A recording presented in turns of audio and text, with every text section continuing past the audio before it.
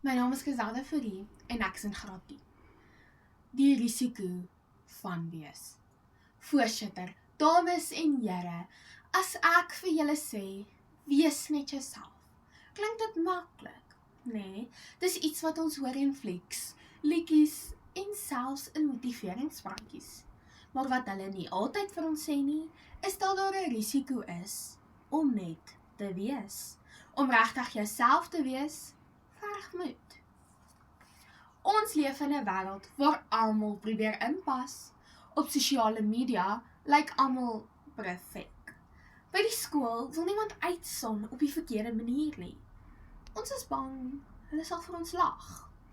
Vir ons klere, ons styl of selfs vir waarin ons glo. Daarom kies baie mense om liewer stil te bly, saam te stem of 'n ander weergawe van onsself te wees, want dit voel veiliger. Maar dis nie net 'n gevoel nie, dis iets wat navorsers regtig bestudeer. In die artikel Authenticity and Psychological Wellbeing in Adolescence deur Dr. Michael F. Steger en Dr. Nathan C. Wegener, gepubliseer in Springer, 24 Julie 2023, verduidelik hulle dat wanneer jong mense hul ware self kan uitdruk, dit direk gekoppel is om beter geestesgesondheid en welstand. Egtheid help tieners om vrede te maak met wie hulle is, nie met wie hulle dink ander moet sien nie. Wanneer jy altyd probeer inpas, begin jy jou eie stem te verloor. Eerstens verander jy jou opinies, dan jou houding, jou drome en voor jy jou oë uitvee, weet jy nie meer wie jy werklik is nie. Hierdie idee word ondersteun deur navorsing in child development in die artikel Authenticity and Adolescent Adjustment, The Role of Self-Concept Clarity deur Dr. Jennifer Tackett, Dr. Lara Koenig en Dr. Richard Rollins, gepubliseer op 15 Oktober 2022. Hulle het gevind dat wanneer tieners meer egtheid ervaar, wat beteken hulle ken en aanvaar hulle eie identiteit, dit hulle meer geneig is om beter met stres om te gaan en meer selfvertroue te hê. Om werklik jouself te wees, beteken jy moet perfek wees nie. Dit beteken jy laat ander sien wie jy is, met jou drome en jou vrese. Psigologie sê egtheid beteken jy kies om jou werklike gedagtes, emosies en optredes in lyn te hou met jou innerlike self. Selfs al is dit bang, selfs al is dit onseker.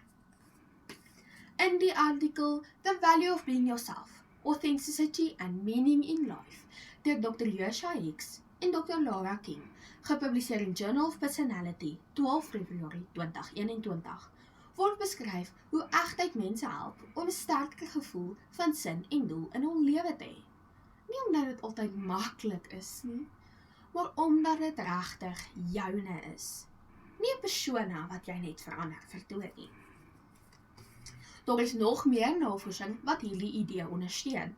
Byvoorbeeld, 'n studie deur Dr. Susan Harter in Self and Identity 2023 wys dat tieners wat hulle egtheid ontwikkel, nie net beter emosionele welstand het nie, maar ook sterker sosiale bande kan vorm.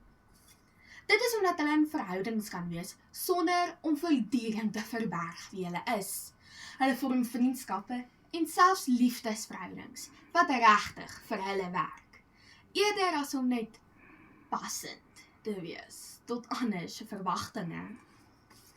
'n ander bron wat relevant is Authenticity and Mental Health, a Developmental Perspective, deur Dr. Brian D. Little in Developmental Psychology 2021. Hy verduidelik hoe jong mense wat leer om hul eie waardes en passies te volg, nie net gelukkiger is nie, maar ook beter kan volhard deur moeilike tye. Egtheid help tieners om 'n innerlike kompas te hê, 'n rigting wat nie afhang van ander se menings nie. Ja, daar is 'n risiko om jouself te wees. Jy kan uitgelag word. Jy kan eensaam voel. Jy kan verkeerd verstaan word.